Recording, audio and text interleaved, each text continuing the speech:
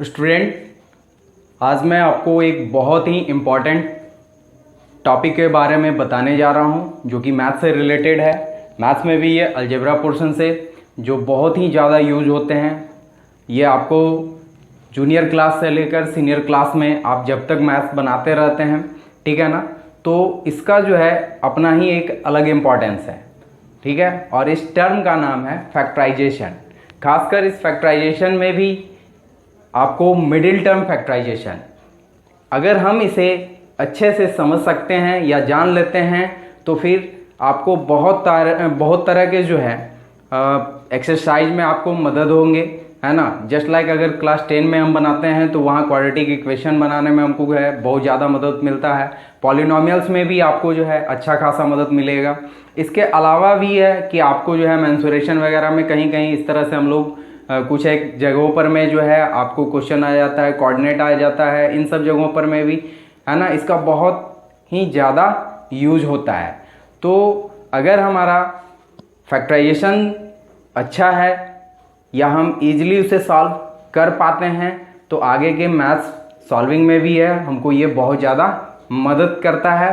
Actually में इसे थोड़ा बोरिंग लगता है, लेकिन आज मैं आपको जो टेक्निक बताने जा रहा हूँ वो शायद आपको बहुत ही ज़्यादा हेल्प करे, और मैं कोशिश करूँगा कि आपको अच्छे से समझ में आए और आप इसका ज़्यादा से ज़्यादा प्रॉफिट उठा सकें। तो स्टूडेंट, बिना समय गंवाए हुए सबसे पहले हम लोग क्या करते हैं, एक क्वाड्रेटिक ट्राइनोमियल लेते हैं, ठीक है। टर्म हमारा है middle term factorization, middle term factorisation.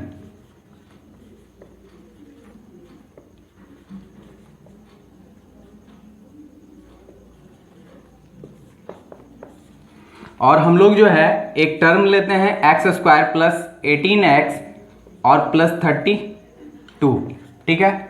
ये एक क्वाड्रेटिक ट्राइनोमियल है। आपको क्या होते हैं कि क्वेश्चन जो होते हैं वो कभी सीधे भी दिखे जाते हैं या मिल जाते हैं, या कभी वो क्या करते हैं कि अपना पोजीशन जो है वो इंटरचेंज किया हुआ रहता है। तो आप सबसे पहले क्या करें कि पॉलिनोमियल को डिक्रीजिंग ऑर्डर में, है ना, अकॉर्डिंग टू डिग्री, डिग्री का मतलब पावर, ठीक है ना। और वो भी पावर क्या किसका होगा, तो वेरिएबल का, कि वेरिएबल जैसे यहाँ x का पावर 2 है, यहाँ x 1 है और यहाँ x नहीं है, विजुलाइज नहीं है तो जरूर, ठीक है। तो यहाँ क्या होता है कि हम सबसे पहले इसे अरेंज कर लेते हैं मैक्सिमम टू मिनिमम, और फाइनली जो है हम क्या रखते हैं, कांस्टेंट टर्म को, कि कांस्टेंट टर्म को हम कहाँ रखते हैं, बाद में रखते हैं। तो सबसे पहला काम होता है अरेंजिंग ऑफ द पॉलिनोमियल। तो आप इसे एकदम हमेशा दिमाग में रखेंगे, अरेंजिंग ऑफ द पॉलिनोमियल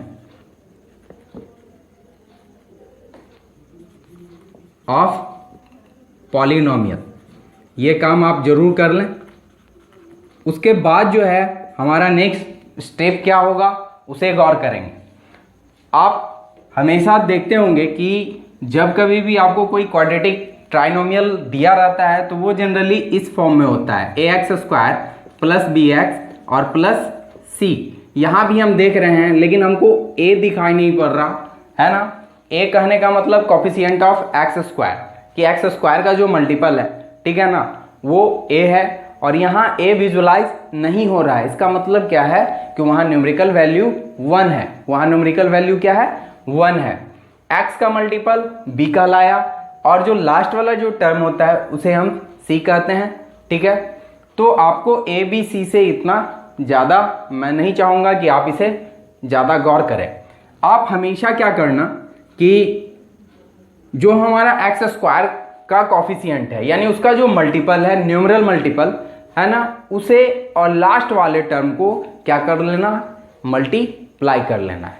तो एक्स स्क्वायर के आगे में कुछ नहीं है, इट मीन्स न्यूमेरिकल वैल्यू क्या है, 1 है, और लास्ट वाला जो कांस्टेंट टर्म है वो हमारा क्या है, 32 है। तो सबसे पहले 1 और 32 को हम क्या करते हैं, मल्टीप्लाई कर लेते हैं। तो 1 और 32 को हम मल्टीप्लाई करते हैं तो ये आ गया 32। यानी आपको क्या करना है, कॉफिशिएंट ऑफ एक्स स्क्वायर और कांस्टेंट टर्म को मल्टीप्लाई करना है, a इंटू सी कर लेना है, ठीक है। अब हम क्या करेंगे, तो तीसरा जो स्टेप होता है वो होता है गौर करना होता है किसको, तो साइन को। किसके साइन को, तो उसी दो टर्म के, एक तो डिग्री वाला टर्म और दूसरा कौन सा, कांस्टेंट टर्म। यानी एक एक्स स्क्वायर वाले टर्म को आप गौर करें, उसके साइन को गौर करें, और दूसरा किसको, कांस्टेंट टर्म को। यहीं से दो रास्ते खुलते हैं। अगर देखो कि सेम साइन है, ठीक है ना, सेम साइन है, तो यहां तीसरे कंडीशन में है ना कि हम लोग क्या करते हैं, check out the sign, check out the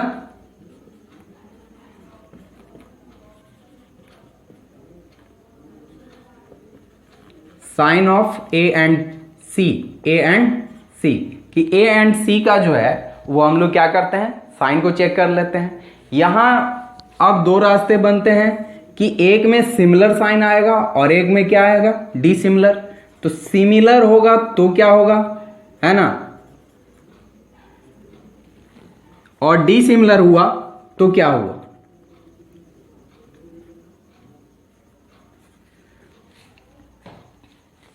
तो सिमिलर अगर होता है यानी कि एक ही तरह के साइन होते हैं, क्या होते हैं, एक ही तरह के साइन होते हैं। सपोज करो यहां भी प्लस है और यहां भी प्लस है, यानी कैसा साइन है, सिमिलर साइन है।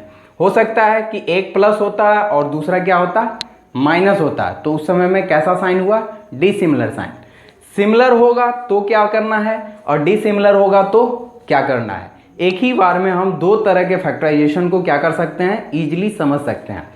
सिमिलर हुआ तो ये जो मिडिल टर्म होगा, है ना, या मिडिल न्यूमरल होगा, वो बाय एडिशन आता है, बाय एडिशन आएगा, यानी जोड़कर।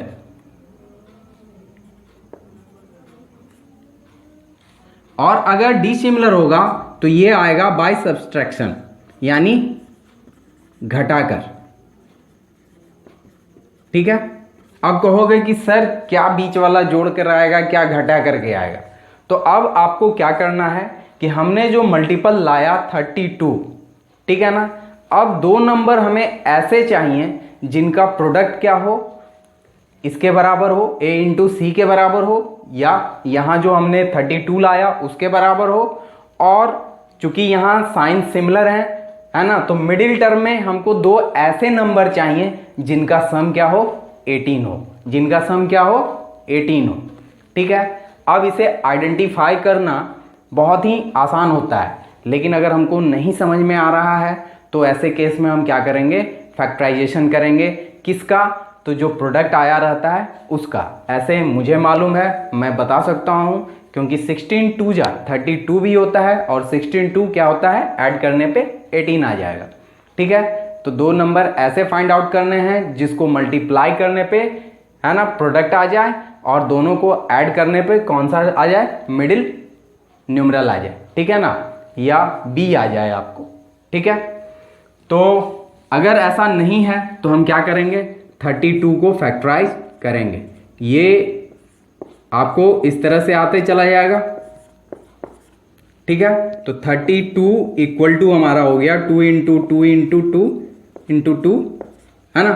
अब अगर आप गौर करो तो 32 का जो है ऑल फैक्टर अगर हम कोशिश करें तो देखते होंगे कि अगर हम 1 इंटू 32 लिख सकते हैं, है ना, 32 को जो है 2 इंटू 16 लिख सकते हैं। ठीक है। अगर 2 के बाद अगर इसका कोई है 32 तो 4 से कट रहा है भाई, तो 4 से क्या हो जाएगा, 8 टाइम्स। लेकिन आप गौर करो कि यहाँ इन दोनों का मल्टीपल हमारा 32 आया और इन दोनों का सम क्या है, 18 भी है। तो बहुत ज़्यादा हमको फर्दर आपको इस तरह से फैक्टराइज करने की ज़रूरत नहीं है। ये सारे नंबर कहाँ से आ रहे हैं, तो ये सारे नंबर इन्हीं के मल्टीपल फॉर्म हैं। जैसे देखो, ये अगर टोटल मल्टीप्लाइड है, 1 तो हमारा इसमें विजुअलाइज नहीं होता है, तो ये 32 इंटू 1 हुआ। फिर हम एक को स्केप करते हैं, देख लें, है ना।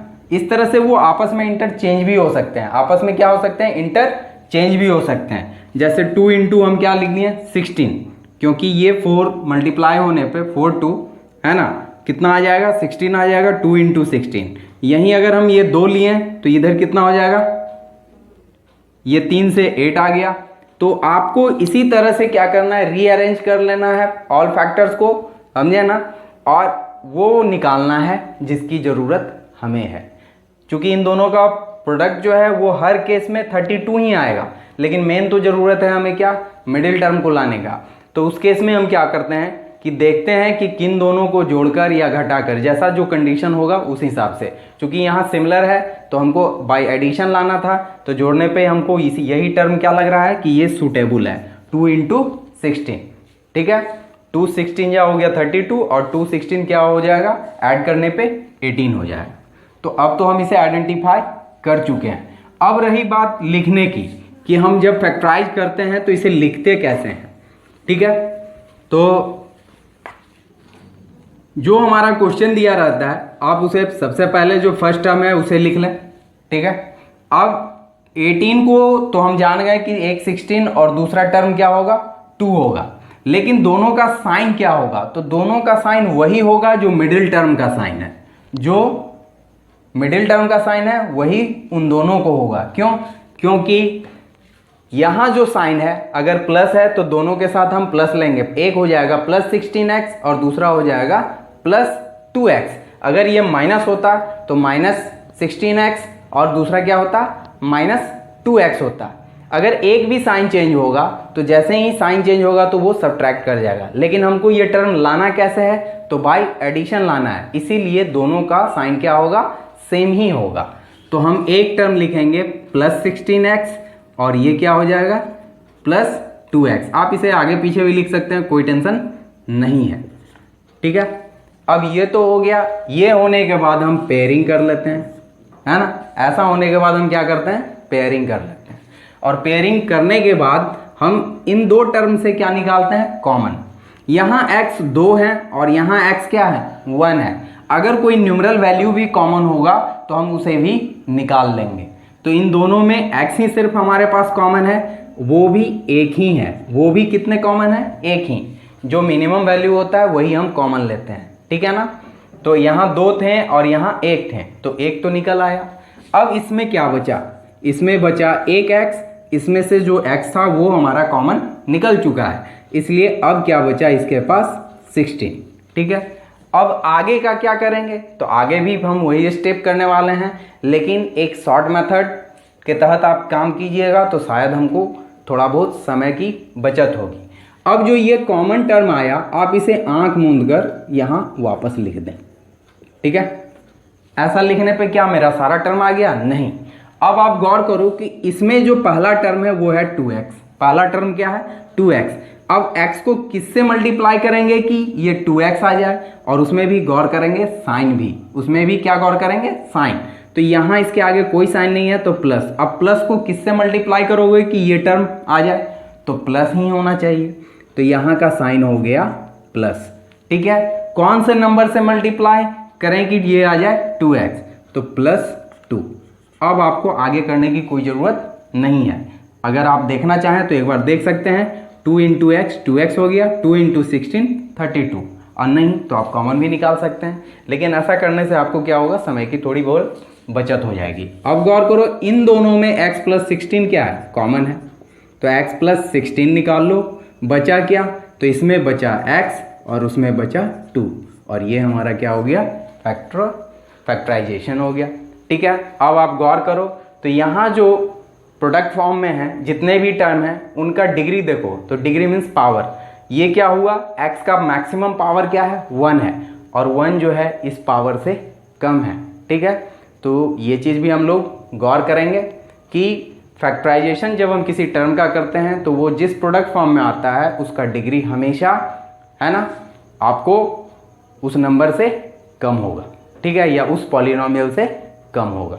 ठीक है, इसके अलावा हम लोग 1-2 और प्रैक्टिस कर लें ताकि कोई भी कॉम्प्लेक्स नंबर भी आ जाए तो हम उसे इजीली सॉल्व और कर पाएँ।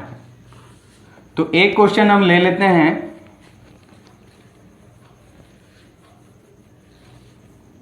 और ये सारे प्रोसेस को आप हमेशा दिमाग में रखेंगे। एक टर्म हमने ले लिया x² + 19x - 150। अब आप गौर करो कि सबसे पहला काम हमें क्या करना है, तो पहला काम करना है प्रोडक्ट निकालना है, किसका, a एंड c का। तो a जो है इसके आगे कुछ नहीं है तो 1 ही है, 1 × 150 कितना आ गया, 150। ठीक है। अब गौर क्या करना है, साइन गौर करना है। एक प्लस है, दूसरा क्या है, माइनस है, यानी डिसिमिलर है ना, कि नॉन सिमिलर है। तो ऐसे केस में जो है ये बीच वाला तो आएगा सब्ट्रैक्ट करके, ठीक है। तो आप दो नंबर ऐसा फाइंड आउट करो जिसको मल्टीप्लाई करने पे 150 हो और एक दूसरे को घटाने पे क्या हो, 19 हो। अगर जल्दी हमें समझ में नहीं आ रहा है तो हम क्या करेंगे, इसे फैक्टराइज कर लेंगे। 150 ये कितना हो जाएगा, 275 है ना, ये आपको जो है वो 25 हो जाएगा और ये क्या हो जाएगा, 5 या, ठीक है। अब आप गौर करो कि 19 कैसे आएगा, तो बहुत सिंपल है, इन दोनों को मल्टीप्लाई करो, कितना आया 25, इन दोनों को मल्टीप्लाई करो 6, है ना। अब देखो 25 6 जा तो 150 हो जाएगा। क्या 25 में से 6 जाने के बाद 19 आएगा, तो पता चला यस आ रहा है, ठीक है ना। तो आप वही करो, यानी हमारे जो दो नंबर हैं वो कौन कौन से हैं, एक 25 है और दूसरा क्या है, 6 है, ठीक है। अब यहाँ हम मिडिल टर्म तोड़ते समय क्या करेंगे, तो जिस तरह से वहाँ हम क्या किए कि दोनों को सेम साइन दिए, मिडिल टर्म का ही साइन दिए, ठीक है। क्या यहाँ भी वही करेंगे, नहीं, ऐसा नहीं करेंगे। यहाँ बड़ा नंबर हमारा कौन है, 25 है और छोटा नंबर क्या है, 6 है। तो हमेशा याद रखेंगे कि बड़े नंबर के साथ मिडिल टर्म का साइन होगा और छोटे टर्म के साथ क्या होगा, ठीक उसका रिवर्स होगा या अपोजिट होगा, ठीक है। क्योंकि जब दो अलग अलग साइन होंगे तभी तो क्या होंगे, सब्सट्रैक्शन होंगे, ठीक है। और उसमें भी बड़ा वाला को मिडिल टर्म का ही साइन, क्योंकि मिडिल टर्म अगर इसके जस्ट रिवर्स होगा तो साइन क्या हो जाएगा, चेंज हो जाएगा। तो आप हमेशा याद रखेंगे बड़े के साथ मिडिल टर्म का साइन होगा और छोटे के साथ ठीक उसका रिवर्स होगा। अब तो हम इसे लिख सकते हैं x² + 25x और दूसरा हमारा क्या हो जाएगा, -6x - 150, ठीक है। अब क्या करना है, तो पेयरिंग करने के बाद हमें सिर्फ और सिर्फ क्या निकालना है, कॉमन निकालना है। तो इन दोनों में कौन सा कॉमन है, तो x ही कॉमन है। तो एक टर्म हमारा इसमें बचा x, इसमें बचा 25, है ना। और मैंने जैसा कहा था कि आप इसे आंख मूंद करके उधर क्या कर लें, एक बार और रिपीट कर लें। तो x + 25। अब आप बताओ कि x को किससे मल्टीप्लाई करें कि -6x आ जाए, है ना। तो सिंपल सी बात है, -6 से, है ना। और क्या ऐसा करने से हमारा नेक्स्ट टर्म सेटिस्फाइड है, तो पता चलेगा कि हाँ फुल्ली सेटिस्फाइड है। माइनस प्लस माइनस हो गया और 6 × 25 150 हो गया। तो यानी हमने जो किया वो गलत नहीं था। तो अब आप इसे x + 25 जो दोनों में कॉमन टर्म है ना, और एक बचा इसमें x - 6। आशा करता हूँ कि आप लोगों को समझ में आ रहा होगा। तो ये तो एक सिंपल क्वेश्चन था जहाँ हमें, है ना, सिर्फ समझने भर की देरी होती है और समझ जाने के बाद हम इजीली सॉल्व कर लेते हैं, ठीक है। कुछ एक हम कॉम्प्लेक्स नंबर ले लेते हैं जहां आपको थोड़ा सा प्रॉब्लम होगा, है ना, लेकिन आपको बहुत ज़्यादा हेल्प होगा। अब आप कहोगे कि इसमें कौन सा आएगा भाई, तो थोड़ा सा हम लोग इसे चेंज करते हैं। एक लिखते हैं x² - √3x और ये -6। अब यहाँ जो है आपको √3 है ना, ये थोड़ा सा हमको प्रॉब्लम करता है, लेकिन आप अगर गौर करोगे तो यहाँ कोई प्रॉब्लम नहीं है, ठीक है। सबसे पहला काम हमें a × c या फिर अरेंजिंग था, तो अरेंज तो ऑलरेडी है ही, तो हमको a × c करना है। तो a हमारा 1 है और c जो है वो हमारा 6 है। तो 1 × 6 कितने हुए, 6, ठीक है। अब दो नंबर तो मल्टीप्लाई तो बहुत सारे हो जाएंगे, लेकिन ये √3 है ना, कैसे आएगा, तो उसके लिए हम सबसे पहले साइन देख लें। तो प्लस और माइनस, यानी बीच वाला हमको लाना है कैसे, बाय सब्सट्रैक्शन। यानी दो नंबर ऐसा लो जिसको मल्टीप्लाई करने पे 6 आए और एक दूसरे को घटाने पे क्या आ जाए, -√3 आ जाए, क्या आ जाए, या √3 आ जाए। तो आप स्टार्ट करो 6 को फैक्टराइज करने की, तो 2 × 3 ही होगा, है ना। अब आप गौर करो कि 6 को हमने लिखा 2 × 3, लेकिन ये टर्म तो है √3 में, ये टर्म क्या है, √3 में। तो √3 तो हमें कहीं दूर दूर तक नज़र नहीं आ रहा है, तो उसे ले आएंगे। 3 को हम लिख सकते हैं √3 इंटू √3, है ना, √3 इंटू √3। ठीक है, अब तो 3 आ गया, लेकिन ये -√3 कैसे आएगा या एक ही √3 कैसे आएगा? तो सिंपल सी बात है कि हम लोग क्या करें, 2 इंटू √3 एक टर्म लें और दूसरा क्या लें, एक अकेला √3। ठीक है, यानी ये दोनों मिलके एक टर्म हमारा हो गया 2√3 और दूसरा कौन सा हुआ, √3। अब √3 को समझ लो कि ये गधा है, तो 2 गधा में से अगर एक गधा मर जाएगा तो हमारे पास कितना बचेगा, एक गधा, यानी एक √3 बच जाएगा। तो अब आप उसी टर्म में लिखेंगे। इसमें बड़ा कौन सा है, तो बड़ा हमको पता है कि 2√3 है और छोटा कौन सा है, √3 है। तो बड़े के साथ मिडिल टर्म का साइन देंगे और छोटे के साथ ठीक उसका रिवर्स साइन देंगे। तो यहाँ हम लोग उसी फॉर्म में लिख लेते हैं, x² minus 2√3x plus √3x minus 6। ठीक है, अब आप गौर करो तो इन दोनों को मल्टीप्लाई करने पे इतना तो जरूर आ जाएगा और इन दोनों को घटाने पे भी क्या हो जाएगा, इतना जरूर आ जाएगा। अब यहाँ हम क्या करेंगे, कॉमन टर्म लेंगे। तो कॉमन इसमें हमें क्या मिला, x मिल रहा है, तो x माइनस 2√3। ठीक है, लेकिन यहाँ अगर हम जब कॉमन लेने की सोचेंगे तो हो सकता है हमारे सर में दर्द हो जाए, है ना। सबको तो नहीं, लेकिन कुछ एक को तो जरूर हो ही जाते हैं। तो आप कुछ नहीं करना है, मैंने जो आपको टेक्निक बताया वही काम करो, चुपचाप इसे अगेन हम क्या करते हैं, रिपीट कर लेते हैं। हो गया। अब x को किससे मल्टीप्लाई करोगे कि प्लस √3x आ जाए, है ना। तो यहाँ तो हमारे पास आ गए प्लस √3। ठीक है, इतना ही काम करना था। अब आपको नहीं विश्वास है तो देख लीजिए, प्लस माइनस माइनस हो गया, √3 कितना हो जाएगा, 3 मल्टीप्लाई होने पे, और 3 2 जा 6 आ गया। तो बहुत ज़्यादा टेंशन लेने की ज़रूरत नहीं है, आसानी से ये फैक्टराइज होते हैं। x माइनस 2√3 हमारा कॉमन हुआ और ये क्या हो गया, x प्लस √3। ठीक है, अगर फैक्टराइजेशन आपका अच्छा हो गया तो निश्चित है कि क्वाड्रेटिक इक्वेशन वगैरह सॉल्व करने में आपको बहुत मदद मिलने वाला है ना, बहुत ही ज़्यादा। एक क्वेश्चन और भी ले लो जिसे हम देख लें। आप हर वो क्वेश्चन जरूर बना लो जो लगे कि ये थोड़ा सा कॉम्प्लेक्स है, थोड़ा सा हमको लगता है कि ये हमें कभी प्रॉब्लम कर सकता है। अगर हम उस हर टाइप को बना लेते हैं तो आगे हमको कभी कोई फ्यूचर में प्रॉब्लम नहीं होता है। एक क्वेश्चन हम लेते हैं, क्वेश्चन 2x² माइनस x, है ना, प्लस क्या होता है, हम एक ले लेते हैं 1/8। अब ऐसे केस में जो है हमें समझ में नहीं आ रहा है कि ऐसे केस में हम क्या करें। अगर हम फर्स्ट और लास्ट टर्म को मल्टीप्लाई करते हैं तो 1/4 आ जाएगा, है ना। लेकिन हमारा प्रॉब्लम जो है वो रह जाएगा कि हमारे पास कोई होल नंबर नहीं है। तो ऐसे केस में आप बहुत ज़्यादा टेंशन ना लें और क्या करें, एज ए डिनोमिनेटर हम क्या लेते हैं, 1 ले लेते हैं और सारे का एलसीएम निकाल लेंगे। सारे का एलसीएम निकालेंगे तो ये कितना आ जाएगा, 8 आ जाएगा। अब आप जो कैलकुलेशन सिंपल होता है फ्रैक्शनल, उस तरह से हम लोग कर लेंगे।